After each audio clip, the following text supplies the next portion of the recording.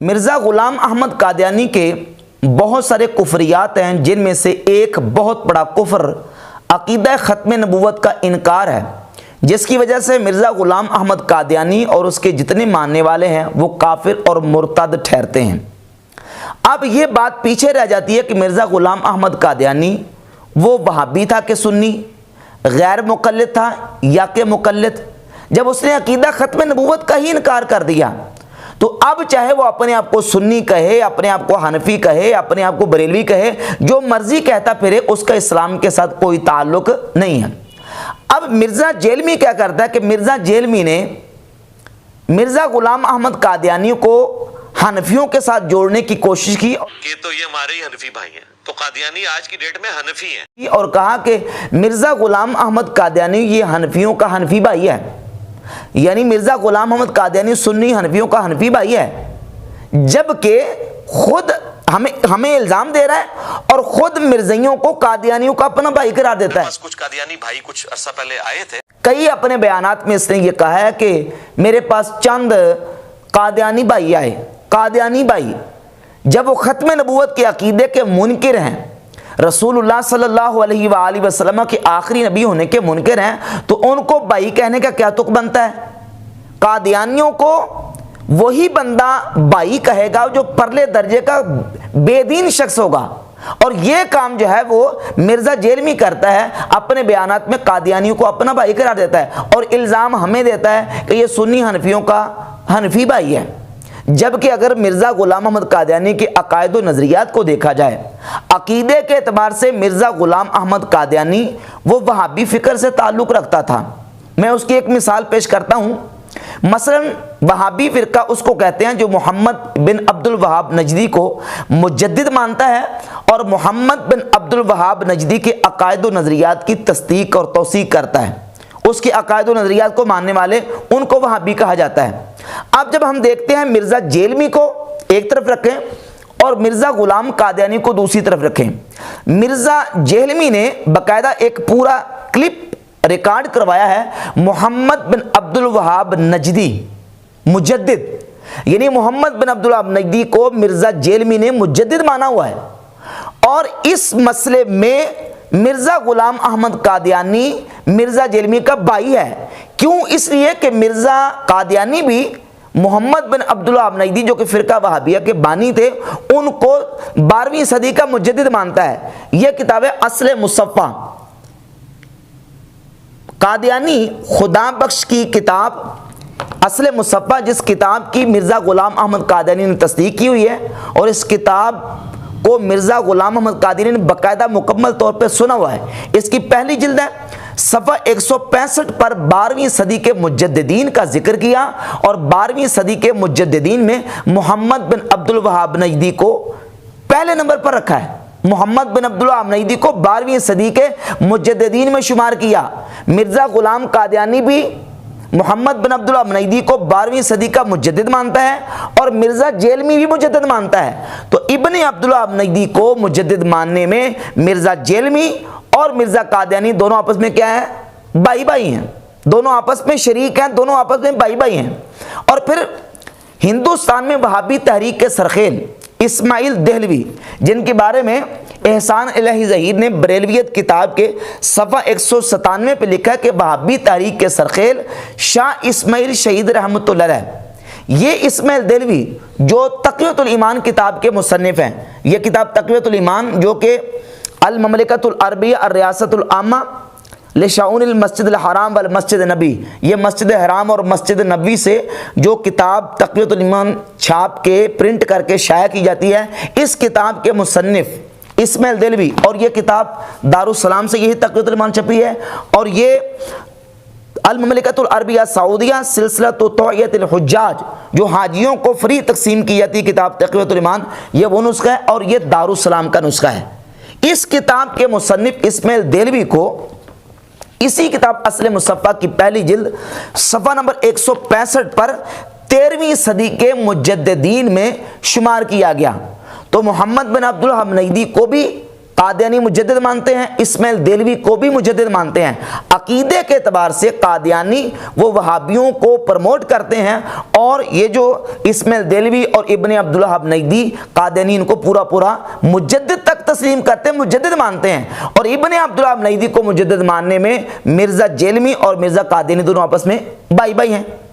इसके अलावा इस्माइल देलवी को सीरतुल महदी की जिल्द नंबर 1 सफ़ा नंबर 573 पर मिर्ज़ा ग़ुलाम कादियानी के बेटे बशीर अहमद एमए ने 573 पर लिखा है कि मिर्ज़ा ग़ुलाम अहमद कादियानी इस्माइल देलवी को शहीद को अहलुल्लाह और बुजुर्ग समझते थे। यानी इस्माइल देलवी जो कि फ़िरका वहाबिया के और वहाबी तहरीक के सरखेल हिंदुस्तान में, उनको मिर्ज़ा ग़ुलाम अहमद कादियानी बुजुर्ग और वलीउल्लाह मानता था। तो अब इस एतबार से, अकीदे के एतबार से मिर्ज़ा का वहाबी होना बिल्कुल वाज़ेह हो जाता है। अच्छा, इसके साथ एक और बात मैं ऐड कर दूं, खुद मिर्ज़ा इस बात को माना है, मिर्ज़ा ने कहा है कि जो कादियानी है ना, कादियानी वो तौहीद में इतने पक्के और सख्त हैं। वो कहते हैं मुशरिक तो नहीं है, वो किसी दरबार में नहीं जाते हैं, किसी झंडे को सलाम नहीं करते, किसी कब्र के आगे नहीं झुकते। वो कहते हैं यार ये बरेलवी देवबंदी तो है मुशरिक, शिया भी बहुत शिरक करते हैं। अहले हदीस कुछ बेहतर है कि वो कहते हैं कि ये जो बरेलवी और ये जो है ना शिया, ये तो मुशरिक हैं। कहता है इतनी उनकी तौहीद पक्की है कि वो तो बरेलवियों को और शियों को तो मुशरिक मानते हैं, हाँ बाकी एक अहले हदीसों को कहते हैं ये थोड़े से ठीक है। तो अब तौहीद के कॉन्सेप्ट में मुझे बताएं कि कादियानी किसके भाई हैं, अहले सुन्नत के या मिर्ज़ा जेलमी के? मिर्ज़ा जेलमी के। मोहम्मद बिन अब्दुल वहाब नजदी को मुजद्दिद मानने में भी कादियानी मिर्ज़ा जेलमी के भाई हैं, और तौहीद के कॉन्सेप्ट में भी कादियानी मिर्ज़ा जेलमी के भाई हैं। और बाकी रह गई ताल्लुकात के हवाले से, तो खुद कादियानियों की अपनी किताबें उठाकर देख लें। कादियानियों की किताबों में बिल्कुल उनमें से जो सरफहरिस्त ये किताब है सीरतुल महदी।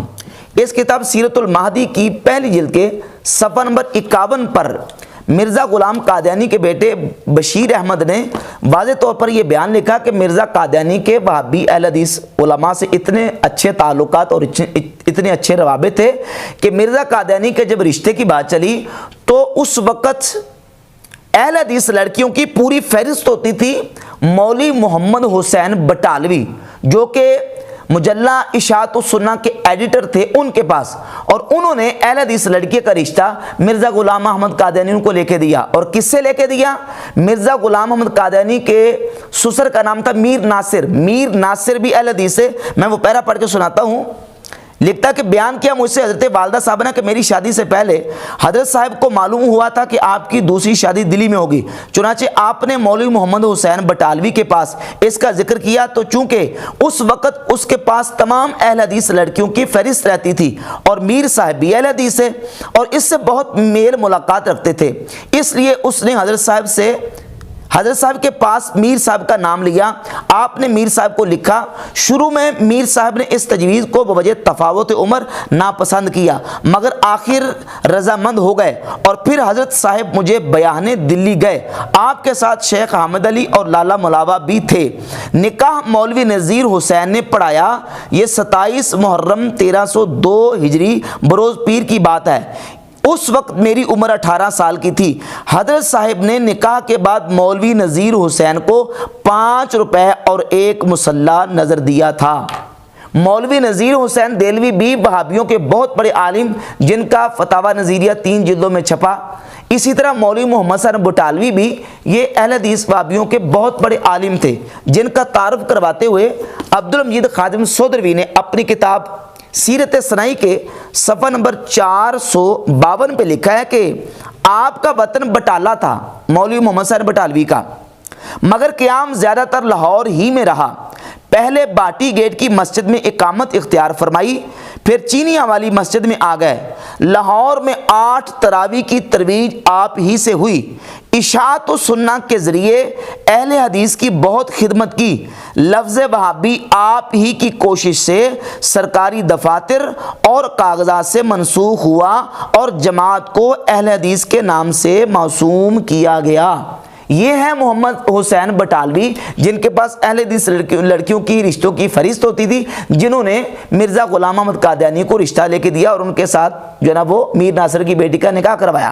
ताल्लुकात के एतबार से मिर्ज़ा गुलाम अहमद कादियानी का ताल्लुक भी वहाबी और अहले हदीस उलमा के साथ था। और फिर इसके दाएं बाएं जितने लोग जमा हुए और जितने लोगों ने इसकी फ़िक्र को कबूल किया, उनमें से सरे फहरिस्त मौलवी अब्दुल करीम सियालकोटी, जिसने मिर्ज़ा गुलाम अहमद कादियानी को दावा नबूवत पर उबारा और उकसाया, वो भी सियालकोट में अहले हदीस के आलिम थे।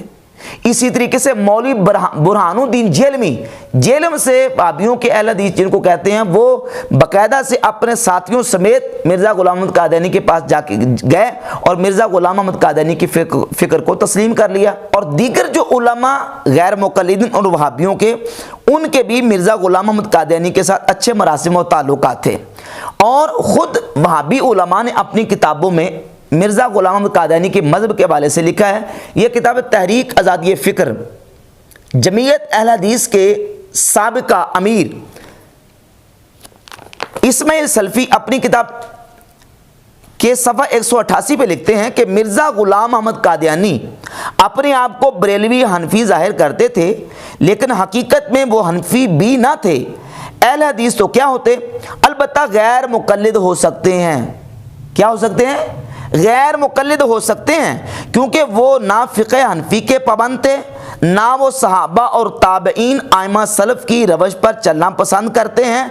तनकीद हदीस के मुतल्लिक़ वो आइमा हदीस की बजाय अपनी ज़ात को मेयार समझते हैं। इसलिए तर्के तक़लीद के बावजूद अहले हदीस नहीं हैं। यानी मिर्ज़ा गुलाम अहमद कादियानी को अहले हदीस भी नहीं माना और ये भी तस्लीम कर लिया कि मिर्ज़ा गुलाम अहमद कादियानी तर्के तक़लीद करता था, यानी वो तक़लीद नहीं करता था, गैर मुक़ल्लिद था। तो जो बंदा खुद गैर मुक़ल्लिद है और ख़ुद जो है वो इमाम अबू हनीफ़ा रहमतुल्लाह की तक़लीद को तर्क करता है, तो उसको हनफी कहना किस जो ना वो दर्जे का इंसाफ है। ख़ुद मिर्ज़ा गुलाम अहमद कादियानी के हवाले से उसकी किताबों में मौजूद है। ये किताब है मकतूबात अहमद, मिर्ज़ा गुलाम अहमद कादियानी के मकतूबात जो उसने लिखे हैं। इसमें सफ़ा नंबर 56 पर मिर्ज़ा गुलाम अहमद कादियानी ने खुद मिर्ज़ा नूरुद्दीन बेरवी, जो कि मिर्ज़ा गुलाम अहमद कादियानी का पहला खलीफा उसके मरने के बाद बना, उसको ख़त लिखा है सफ़ा 56 पर कि मेरी निस्बत वो खूब जानते थे, यानी मुंशी अहमद जान वो मेरी निस्बत खूब जानते थे कि ये हनफी तकलीद पर कायम नहीं है। यानी मिर्ज़ा कादियानी खुद कहता कि मेरे बारे में मुंशी अहमद जान जानता है कि मैं हनफी तकलीद पर कायम नहीं और ना इसे पसंद करते हैं। ना तो मैं हनफी तकलीद पर कायम हूँ और ना ही इसे पसंद करता हूँ। जो तकलीद को पसंद ना करता हो वो क्या होता है? गैर मुक़ल्लिद। तो मिर्ज़ा कादियानी गैर मुक़ल्लिद था, उसका इमाम अबू हनीफ़ा रहमतुल्लाह की तकलीद के साथ कोई ताल्लुक़ नहीं था। और सफ़ा 55 पर ख़ुद मिर्ज़ा ने नूरुद्दीन बेरवी को इस्लाह देते हुए कहा, क्योंकि नूरुद्दीन बेरवी के लिए उसने रिश्ते का इंतज़ाम किया था, तो जिस शख्स ने रिश्ते की हाँ की उसने कहा कि मैं तो अपनी बच्ची का रिश्ता करूँगा हनफी के साथ, गैर मुक़ल्लिद के साथ नहीं कर सकता। तो उसको मिर्ज़ा कादियानी लिखता है कि इसलिए हनफियत की कैद भी लगा दी। यूँ तो हनीफ़ मुस्लिमा में सब मुसलमान दाखिल हैं, यानी हनीफ़ मुस्लिमा जो कुरान मजीद की आयत में है उस एतबार से सारे चूँकि मुसलमान हनफी हैं, तो इस एतबार से हनफी अगर कह लें तो कोई हर्ज नहीं है। और आगे जाके उसने लिखा कि मैं तकलीद को पसंद नहीं करता। तो ये तो मिर्ज़ा गुलाम अहमद कादियानी का अपना नुक्ता नज़र है। और ये एक हवाला इस सिलसिले में पेश करूँगा, ये है इशाअतुस सुन्ना। मौलवी मोहम्मद हुसैन बटालवी ने जो अपने ज़िंदगी में रसाला शाया किया और इसकी मुख्तलिफ कई जिल्दें, तकरीबन 24 जिल्दों के करीब मेरे पास मौजूद है। इसकी जिल्द नंबर 14 के सफ़ा नंबर 148 पर मौलवी मोहम्मद हुसैन बटालवी ने मिर्ज़ा कादियानी के बारे में लिखा है कि कादियानी को अहले हदीस समझने वालों, सोचो कि वो इस सवाल के साथ अहले हदीस कहला सकता है। यानी उस वक़्त लोग खुद गैर मुक़ल्लिदीन और अहले हदीस उलमा मिर्ज़ा कादियानी को अहले हदीस समझते थे, लेकिन मौलवी मोहम्मद हुसैन बटालवी ने उसका इनकार किया और सफ़ा नंबर 246 पे जाके लिखा कि कादियानी अहले हदीस क्या एक अदना दर्जे का मुसलमान भी नहीं। कादियानी अहले हदीस तो क्या एक अदना दर्जे का मुसलमान भी नहीं, बल्कि वो दर पर्दा जिंदीक छुपा मुर्तद है। वो अहले हदीस बनकर सादा लो अहले हदीस को जिंदीक बनाना चाहता है। क्या बनकर? अहले हदीस बनकर सादा लो अहले हदीस को जिंदीक बनाना चाहता है। तो इतनी बात तो खुद इशाअत व सुन्ना के एडिटर मोहम्मद हसन बटालवी भी मान गए कि मिर्ज़ा कादियानी अपने आप को शो अहले हदीस करता था, अपने आप को इमाम अबू हनीफा का मुकल्लिद शो नहीं करता था। इसलिए कि इमाम अबू हनीफा का अगर अपने आप को मुकल्लिद कहे तो नबूवत का दावा करके किसी मुख्तदी का इज्तिहादी मसाइल में तकलीद करके पैरोकार बनने का कोई तस्वुर ही नहीं हो सकता। जब वो खुद नबूवत का दावा कर रहे हैं तो नबूवत के दावे की मौजूदगी में वो अपने आप को इमाम अबू हनीफा का मुकल्लिद कैसे साबित कर सकता है? इसी इशाअत व सुन्ना की जिल्द नंबर 14 सफ़ा नंबर 297 पर मोहम्मद हुसैन बटालवी ने लिखा कि ये सब मुनाफिकाना चाल और अहले हदीस को फंसाने की एक जाल नहीं तो और क्या है। कादियानी को अहले हदीस और कायले हदीस जानने वालों अब भी इसके मुनकिर सेहत सही है उनमें कोई शक करोगे? यानी उस वक़्त खुद गैर मुक़ल्लिदीन ये जानते मानते थे कि मिर्ज़ा ग़ुलाम अहमद कादियानी वो अहले हदीस है, लेकिन मौलवी मोहम्मद हसन बटालवी ने उसका इनकार भी किया और इकरार भी किया। ये इशाअत व सुन्ना की जिल्द नंबर 20 है और जिल्द नंबर 20 के सफ़ा 156 पर खुद लिखता है कि वो मिर्ज़ा ग़ुलाम अहमद कादियानी अपने आप को अहले हदीस कहता है। लिखता कादियान के प्रॉफिट ने गो डायरेक्ट बिला वास्ता और बसराहत ये दावा नहीं किया था कि मैं अहले हदीस हूँ, मगर उनके डायरेक्ट बवास्ता मशाहिर जमात खुद और प्रैक्टिकली अमली तौर पर यह साबित कर दिया था कि वो अहले हदीस था। मिर्ज़ा ग़ुलाम अहमद कादियानी और उसकी जमात ने अमली तौर पर यह साबित कर दिया था कि वो अहले हदीस था। और ये है मिर्ज़ा ग़ुलाम अहमद कादियानी का शागिर्द और उसका मुरीद डॉक्टर बशारत अहमद। उसने मिर्ज़ा ग़ुलाम अहमद कादियानी के हालात ज़िंदगी पर 2 जिल्दों में किताब लिखी है मुजद्दिद आज़म।